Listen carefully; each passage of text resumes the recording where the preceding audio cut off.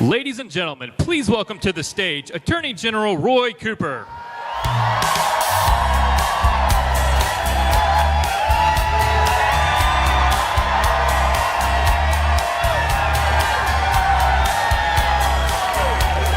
Hello, Charlotte. I'm Roy Cooper, your Democratic nominee for governor. And I am honored to be here to introduce to you an incredible role model, lawyer, writer, mother, and wife.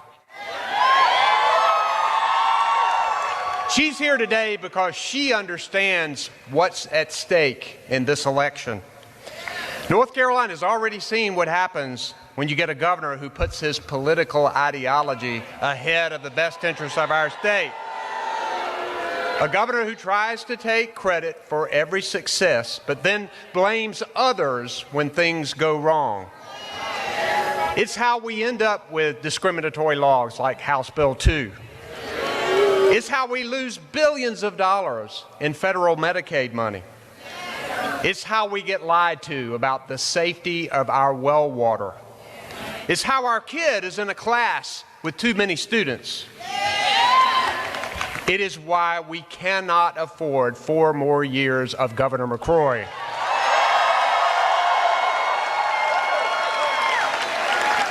And why we can't afford even 1 minute of Donald Trump.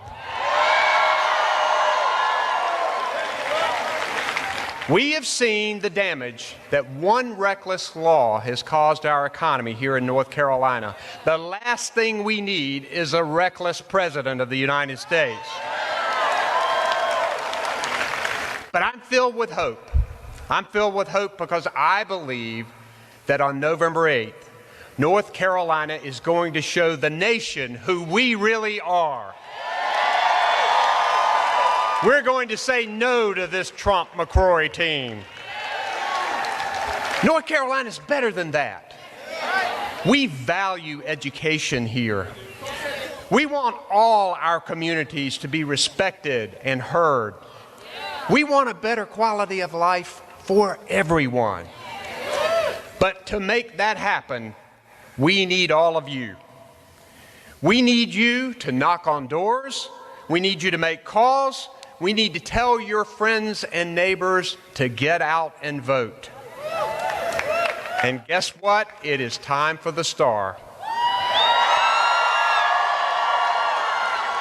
We have with us today a national leader who can tell us why North Carolina is so important in this election.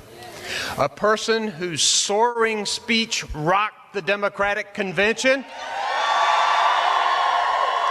A person whose husband truly loves North Carolina.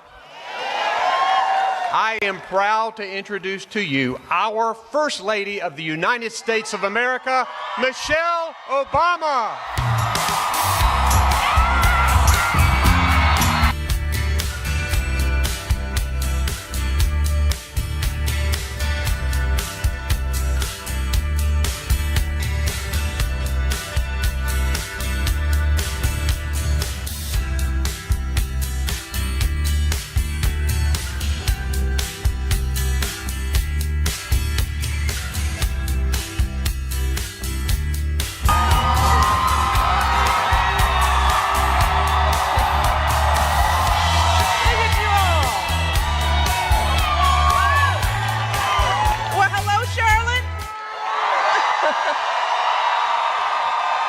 How's everybody doing?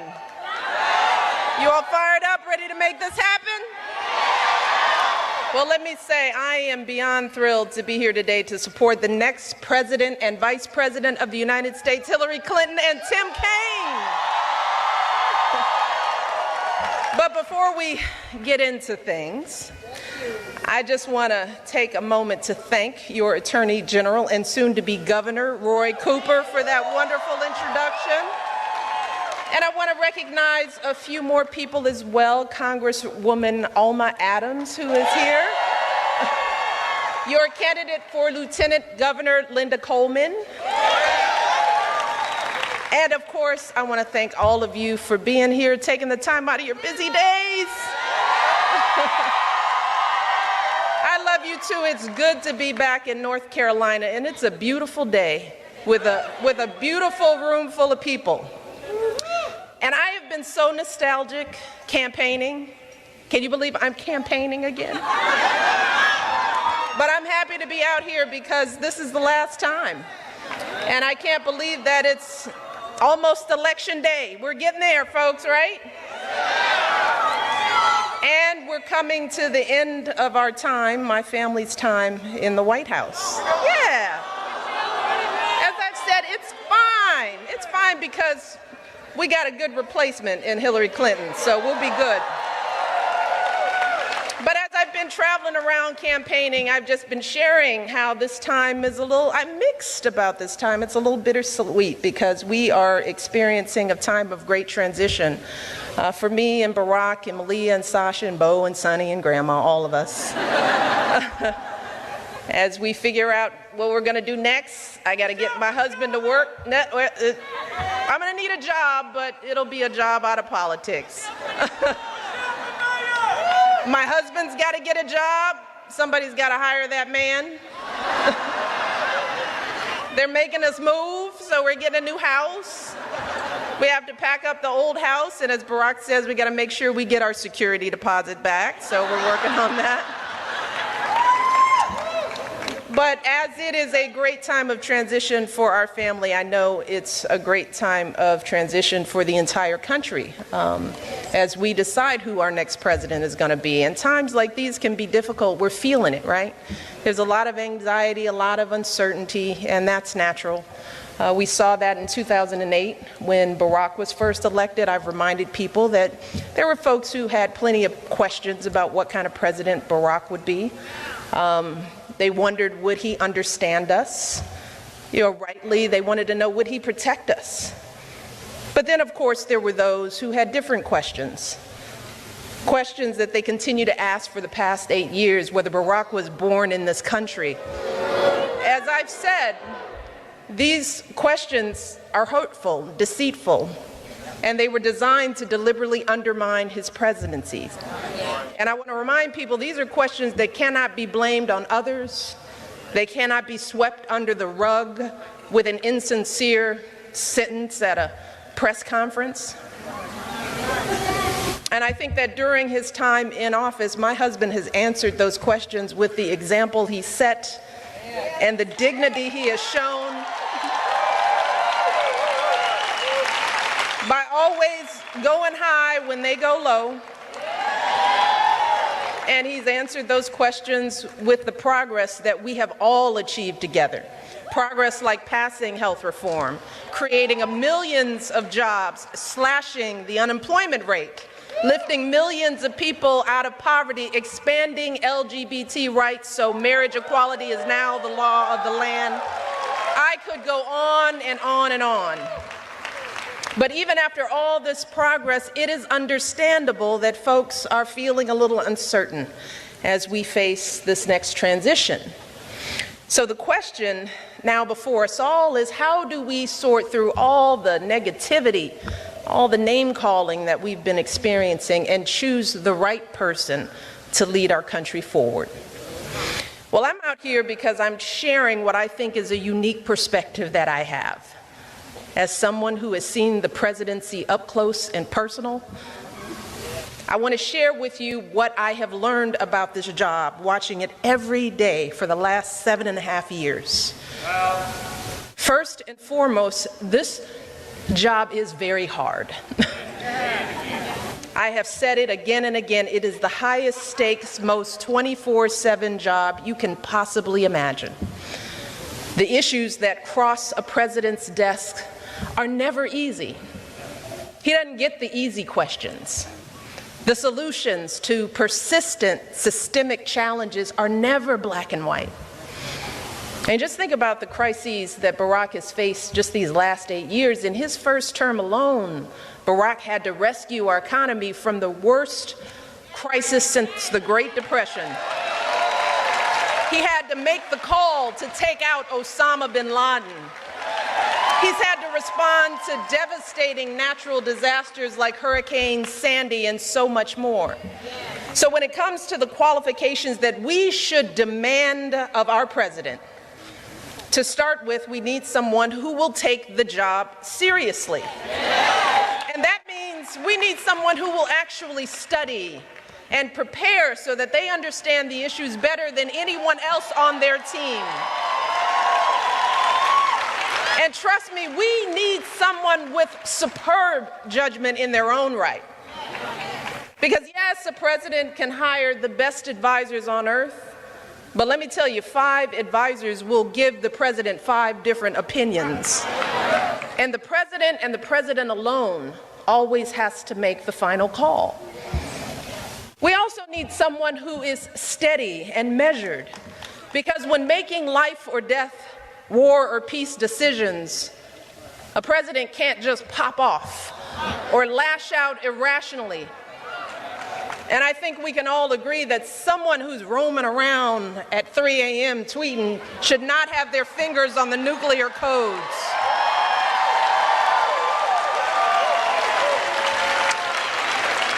We need someone who's honest and plays by the rules.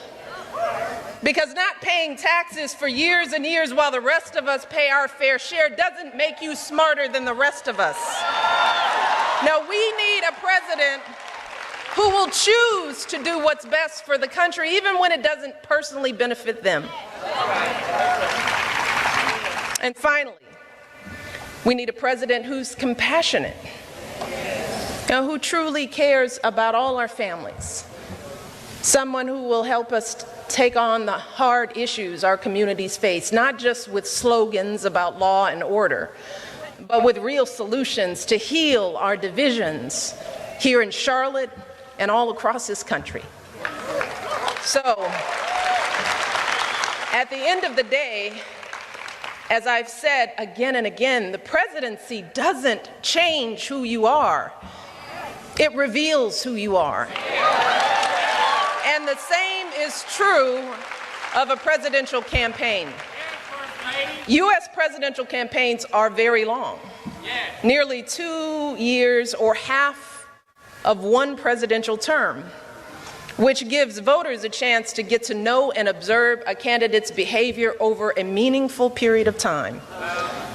So, if a candidate traffics in prejudice, fear, and lies on the campaign trail, if a candidate mocks people with disabilities or folks who are sick, if a candidate implies that veterans who serve our country so bravely are somehow weak because they're dealing with the wounds of war, if a candidate regularly demeans and humiliates women, making cruel and insulting comments about our bodies, criticizing how we look, how we act,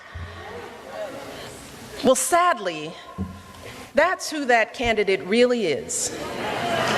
That's the kind of president they will be.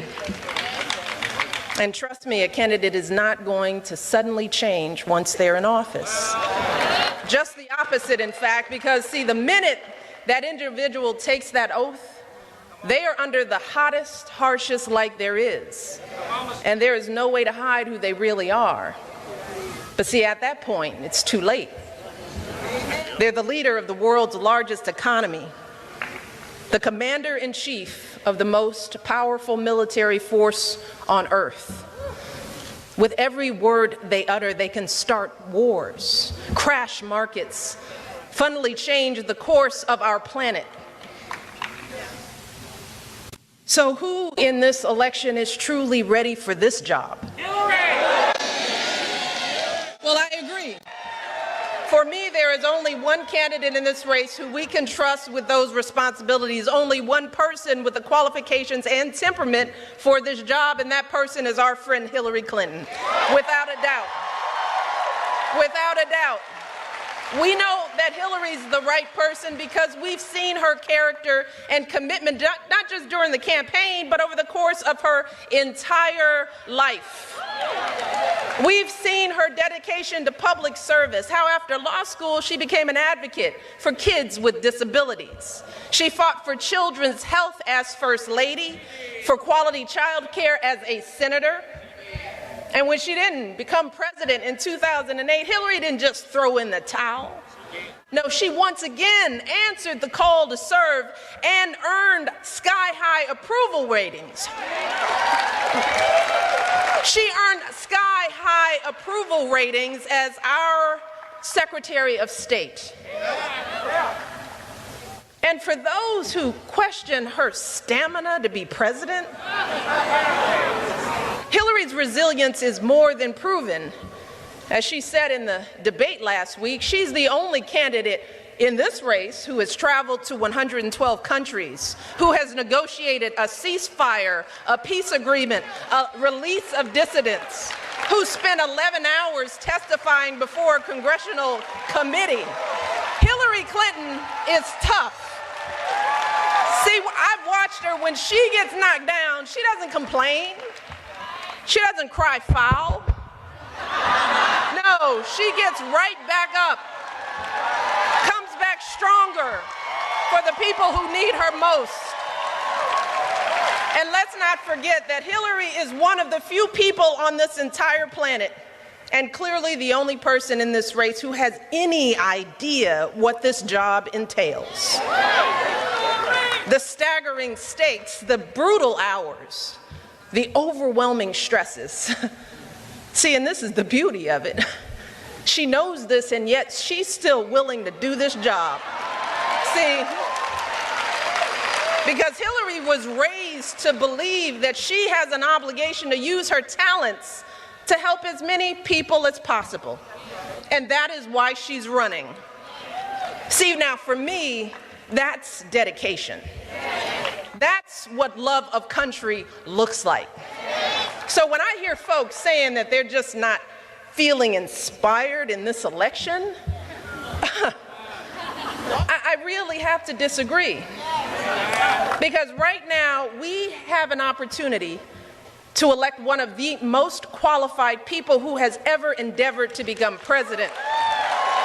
Hillary, I remind people, Hillary has been a lawyer, a law professor, First Lady of Arkansas, First Lady of the United States, a U.S. Senator, Secretary of State. See, Charlotte, that is why I'm inspired by Hillary. That's why I'm here. I'm inspired by her persistence and consistency. I'm inspired by her heart and her guts. I'm inspired by her lifelong record of service. No one in our lifetime has ever had as much experience and exposure to the presidency. Not Barack, not Bill, nobody.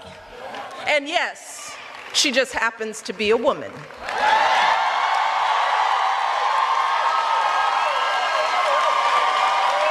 So as someone who has experienced this, trust me, experience matters. Preparation matters. Temperament matters. And Hillary Clinton has it all. She is the real deal. And I have come to know her very well over the years. And I know that she is more than ready, more than able to be an outstanding president for us all. So we cannot afford to squander this opportunity, particularly given the alternative. Because we know that being president isn't anything like reality TV. This is not an apprenticeship. It's about whether someone can handle the awesome responsibility of leading this country. So really take the time and think about this. As you prepare to make this decision, and this decision is yours, I urge you to ignore the chatter and the noise and ask yourselves which candidate really has the experience, the maturity, and the temperament to handle this awesomely hard job. Which candidate's words and actions speak to the values we all share, values like inclusion, opportunity, sacrifice for others. See, because your answers to these questions on Election Day will determine who sits in the Oval Office after Barack Obama. And I want to be very clear. Elections are not just about who votes, but who doesn't. So for any of you who might be thinking that your one vote doesn't really matter, or that one person really can't make a difference, I want you to consider this. And I share this with everyone I go, because it's the same in every election, not just the presidency. But back in 2008, Barack won North Carolina by about 14,000 votes. And that sounds like a lot. But when you break that number down, the difference between winning and losing this state was a little over 2 votes per precinct. Do you hear that? If just 2 or 3 folks per precinct had gone the other way or stayed at home, Barack would have lost this state. But then let's not forget what happened in 2012. Barack actually did lose this state by about 17 votes per precinct. So I just want you all to think about everybody in this room who didn't vote, everybody didn't pick up the phone, who thought I didn't feel good, I forgot, I didn't talk to my mother, I didn't pick her up, it didn't matter. What does it matter? It matters. Do you hear me? It matters. So the fact is that each of you, just in this hall, could swing an entire precinct and win this election for Hillary just by getting yourselves, your friends, your family, that's it, out to vote. Just take care of you. Find a neighbor, find a friend. You could win this. But you could also help swing an entire precinct for Hillary's opponent with a protest vote. Don't play with that. Or by staying home out of frustration. Because here's the truth. Hillary Clinton or her opponent will be elected president this year. And if you vote for someone other than Hillary, or if you don't vote at all, then you're helping to elect her opponent. And the stakes are far too high to take that chance. Remember, it's not about voting for the perfect candidate. There is no such thing. Candidates happen to be human. In this election, it's about making a choice between 2 very different candidates with very different visions for our nation. So the question is, do you want Hillary Clinton to be your president, or do you want her opponent to be your president? If you choose Hillary like I do, then yeah, and we have to get to work. Because it's not enough to just come to a rally, post selfies. I mean, elections are still about rolling up your sleeves. It's not enough to get angry and just speak about the change we need. We all need to take action. And being here is an important first step. But we've got to take action to elect folks who will stand with us to make that change. So we need you to leave here with all the energy and get yourself and everyone you know registered to vote today. And we're fortunate because the Clinton campaign is highly organized. So there are a number of volunteers here today who can help. I want you, if you are not registered, if you want to help, find them and get registered before you leave. You can also go to iwillvote.com for all our young people who do this and this. So you can check your registration status, and you can also get registered to vote there as well. And then we need you to roll up your sleeves, make calls. Think about that 2 votes. Every call you make, every door you knock on, 17 votes. Think about that to get folks out on election day. You and you alone can turn this race. And again, you can sign up again with Hillary campaign folks who are here today. I want to see the numbers here. See, one of the things that gets me going is that when I leave a rally and folks really sign up, I call and go, what'd they do? Were they listening? And then I get some numbers and I'm like, yes. They were listening. So don't embarrass me, y'all. As you all are working your hearts out for Hillary, If you start to feel tired and discouraged by all the negativity in this election, if you just want to hide under the bed and come out when it's all over, I will leave you just reminding you what's at stake. The choice you make on November the 8th could determine whether young people can afford their college tuition, whether folks will have the health care they need for themselves and their families. It'll determine whether we close tax loopholes that allow billionaires to game the system at the expense of working folks. On November the 8th, you will decide whether we have a president who believes in science and will combat climate change or not. You will decide whether we have a president who will honor our proud history as a nation of immigrants or not. A president who thinks that women deserve the right to make their own choices about our bodies and our health or not. You will decide that.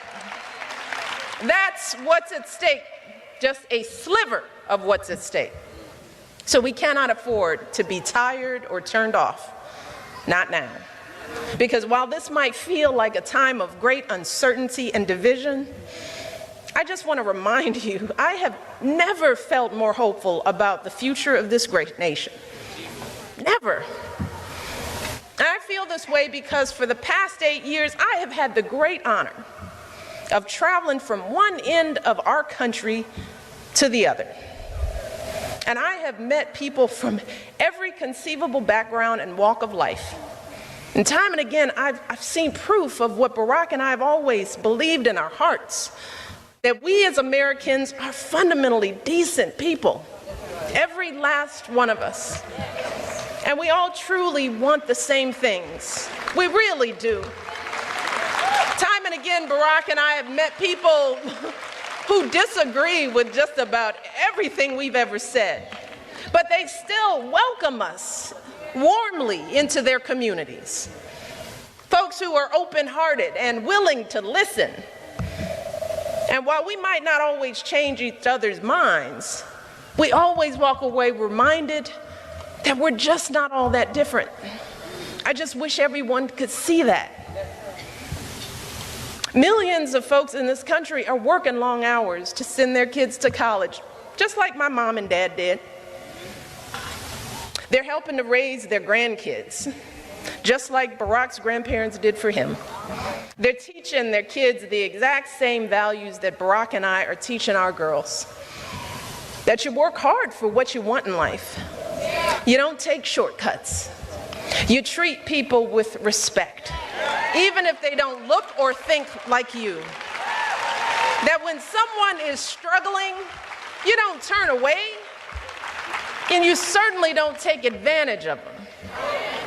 No, you imagine walking a mile in their shoes. Empathy. And then you do what you can to help. So I remind people in this election, especially our young people, don't ever let anyone take away your hope. Hope matters.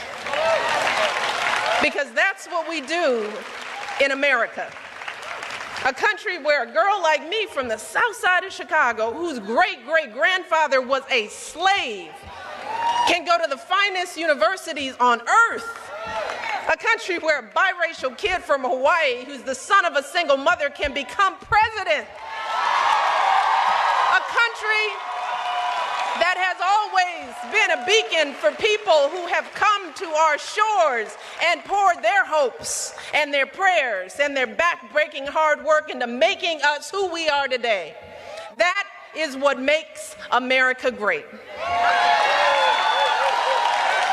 In North Carolina, we deserve a president who can see those truths in all of us. President who believes that each of us is part of the American story and we are always stronger together.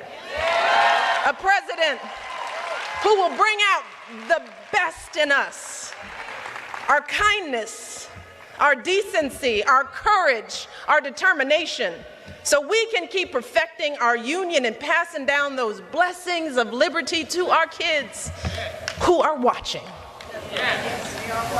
Hillary Clinton will be that president. am confident.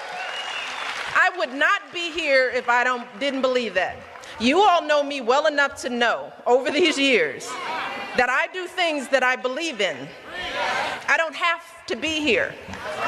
I am here because I care about this country. And I care about every last one of our citizens in it, and I care about our kids. Hillary Clinton is that president. So from now until November, all of us, we need to do everything we can to help her and Tim Kaine win this election. So as I leave you, Charlotte, and go on to Raleigh, my question is, are you all with me? Are we fired up? You all in this room can make the difference, but you got to get to work. Are we ready to roll up our sleeves and get to work? Well, I'm going to be right there with you. Thank you all. God bless.